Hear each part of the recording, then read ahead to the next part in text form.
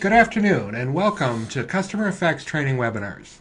My name is Dale Richter, and today we're going to be talking about the SalesLogix Cloud and specifically some of the administration options. In this webinar we'll be looking at adding new products. So why don't you hold on just a second. I'm going to switch over to my cloud version of SalesLogix and we'll take a quick look. Thanks for joining me today. Okay, so here I've logged into my cloud version of SalesLogix, and we're going to look at how to add a new product into SalesLogix. I've logged in as administrator and went to my administration menu down the left-hand side of the screen, and in there I've just chosen products. Now when I click on products there, I have several tabs across the top of the screen, and if I click on all products there, and then I'm going to go to the list view. And you see in the list view, just like any other entity, we have all the different groups up on the top that we can create. In this one we have our lookup results, of course, all products, available products, and discontinued products. So in here, to get to any individual product, I can just click on the hyperlink here, and that's going to bring me over to the detail view of this specific product. And you'll see in the top part of the detail view, then there's a name and description, a SKU number, they've placed this in a family, and then there's a status and a cost. Now down below there's several different tabs. We've got price levels, packages, and attachments. So in price levels we can set up different price levels for the product. In this one they've got wholesale and retail, and we'll do the same thing when we set up our new product here in just a moment.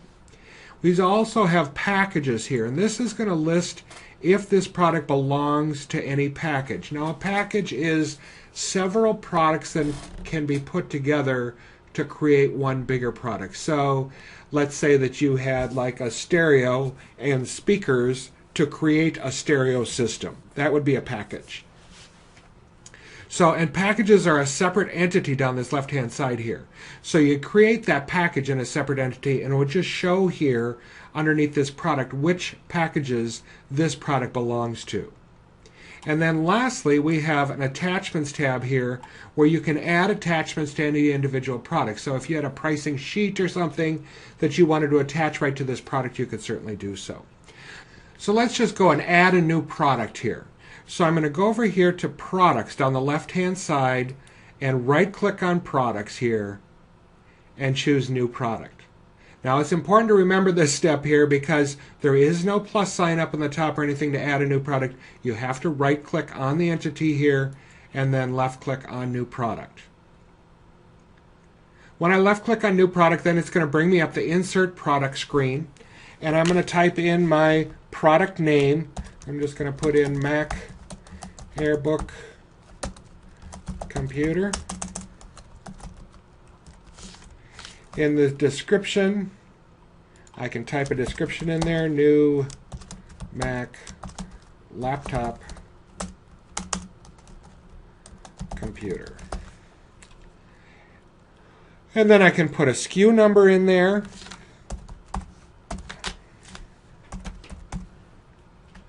And then I can choose a family. And I have a pick list for families here, so if I click on the pick list, I'm going to put that in the hardware family.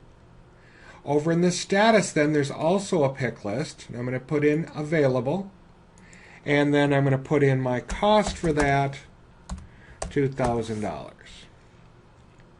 Now once I've completed this screen, you want to make sure to go up in the upper right hand corner here, click on the save icon. When I save that, it brings me back to my detail view now, so I can see all the details that I've put in there and make sure they're correct. Now before I leave here, I want to go down to the bottom and I want to put my price levels in also. Now to put the price levels in, I am going to click on the plus sign over on the right here underneath the Price Levels tab.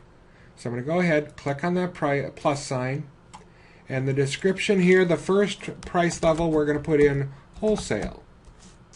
And the price for that, I'm going to put in $2,200. And click on OK. And then I'm going to put in another price level. And I'm going to call this retail. And put in a price level of $2,500. And I'll make that the default price. And click on OK here. Now I do have one other level here. I'm going to go ahead and delete that one. So I just have the two levels, the wholesale and the retail, $2,200 and $2,500. Make sure you go on the upper right here and click on the save icon to save that information. Now that will be available anytime I go to create a sales order. That will be available as a product in my available products because I left it as available here. So if I go over to available products, and I can do a lookup here, and we can say the SKU is starting with MAL. That was part of my SKU number. I'm just going to do a search here, and here it found my Mac Airbook.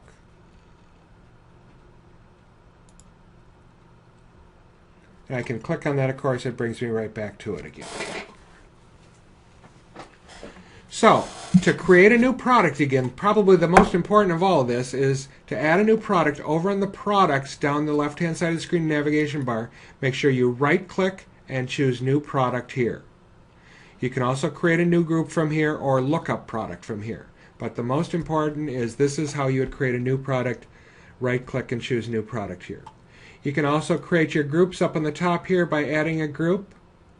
You can share those groups here also using a right-click up on the Groups tab.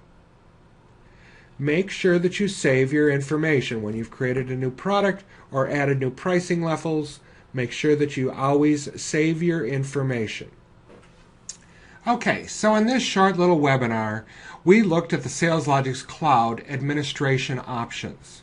And in here we added a new product. Now remember, when you add a new product, make sure you save your information as you put it in. And also, to add a new product, make sure you right-click on the navigation bar down the left-hand side of the screen and choose New Product.